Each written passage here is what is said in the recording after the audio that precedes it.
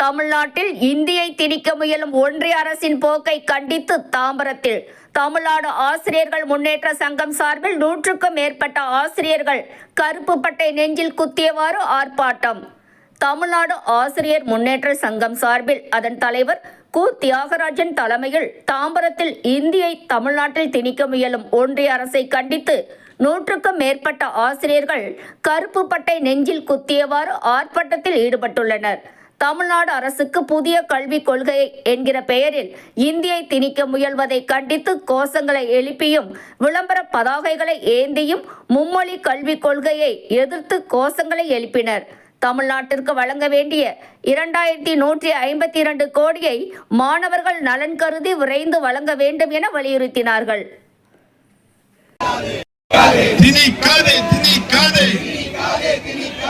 இந்தியை திணிக்காதே, வேண்டாம் வேண்டாம் வேண்டாம் வேண்டாம் வேண்டாம் வேண்டாம் வேண்டாம் வேண்டாம், இந்தி எங்களுக்கு வேண்டாம் வேண்டாம், இந்தி எங்களுக்கு வேண்டாம் வேண்டாம், விடுவித்திடு விடுவித்திடு விடுவித்திடு விடுவித்திடு 2152 கோடியை 2152 கோடியை விடுவித்திடு விடுவித்திடு. ஏற்க மாட்டோம் ஏற்க மாட்டோம் ஏற்க மாட்டோம் ஏற்க மாட்டோம். புதிய கல்விக் கொள்கையை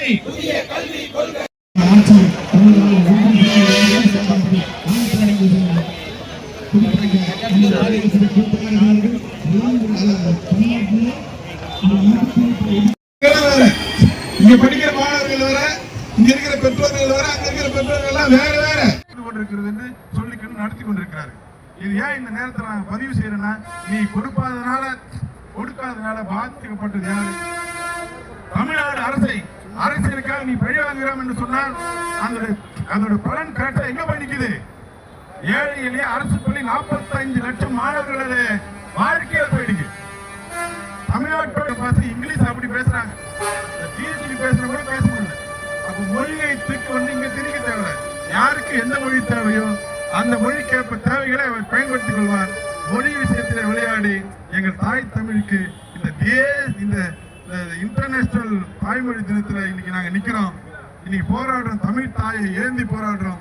தமிழ்நாட்டிலிருந்து தமிழ் அன்னையை தமிழ் மொழியை வீழ்த்துவதற்கு வேறு ஒரு சக்தி பிறந்து வர வேண்டும், பிறந்து வர வேண்டும், பிறந்து வரணும். எத்தனை ஆளுமைகள் இருந்தாலும், சர்வாதிகாரி படைத்தாலும், மொழியை தாங்கி நிற்கிற, மொழியை தாங்கி பிடிக்கிற, தமிழ் மொழியை காக்கிற பங்கை தமிழ்நாடு அரசோடு தமிழ்நாடு ஆசிரியர் முன்னேற்ற சங்கமும் தமிழ்நாட்டில் ஒட்டுமொத்த ஆசிரியர்கள் களத்தில் ஏறுவாங்க. இந்த அரசியலை தொட்டுங்க, இப்பயாவது 0 தான், போக போக மைனஸ் தான் பார்த்துக்கீங்க. இதோடு விட்டுங்க, மொழி கொள்கைகளை தலையிடாதீங்க. ஏதோ இன்னைக்குதான் நீங்க 200 கோடி கொடுக்குறாங்க, ஒரு வாயை கண்டுபிடி. தொடர்ந்து ஆண்டாண்டுகளாக கொடுக்கிற பணம், எங்க வீட்டு வரி பணம், நாங்க கட்டுற பணம், எத்தனை இன்கம் டேக்ஸ் கட்டுறோம், நாங்களும் ஒரு ஐடியா. தமிழ்நாடு ஆசிரியர் முன்னேற்ற சங்கம் வாழ்கவே. சிறப்புமிக்க இருமொழி கொள்கையை தொடர் வகையில் தமிழ்நாட்டின் கலாச்சாரம் பண்பாட்டை பேணி பாதுகாக்கிற வகையில் எங்களுக்கு நாங்களே ஒரு கல்வி திட்டத்தை உருவாக்கி கொள்கிறோம் என்ற துணிவோடு ஒரு முடிவெடுத்து முதலமைச்சர் அவர்கள் புதிய கல்விக் கொள்கையை தமிழ்நாட்டுக்கென உருவாக்குவதற்கு குழுவினை ஆரம்பித்து அந்த குழுவினர் அறிக்கை கிடைக்கப்பட்டிருக்கிற இந்த சூழ்நிலையில் கடந்த 2004 ஆண்டிலிருந்து பல ஆண்டுகளாக ஒன்றிய அரசின் பங்களிப்போடு, மாநில அரசின் பங்களிப்போடு, தொலைநோக்கு பார்வையோடு சென்று கொண்ட திட்டங்களான முதலில் அனைவருக்கும் கல்வி திட்டம், அதுக்கப்புறம் அனைவருக்கும் இடைநிலை கல்வி திட்டம், இப்போ சமக்கிர சிக்ஷா அபியான்.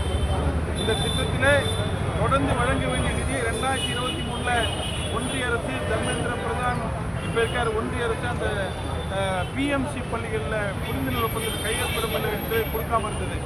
நாங்களும் கடந்த சில மாதங்களுக்கு முன்பாக சென்னை வள்ளுவர் கோட்டத்திலே மிகப்பெரிய கண்டன ஆர்ப்பாட்டத்தை நடத்தினோம்.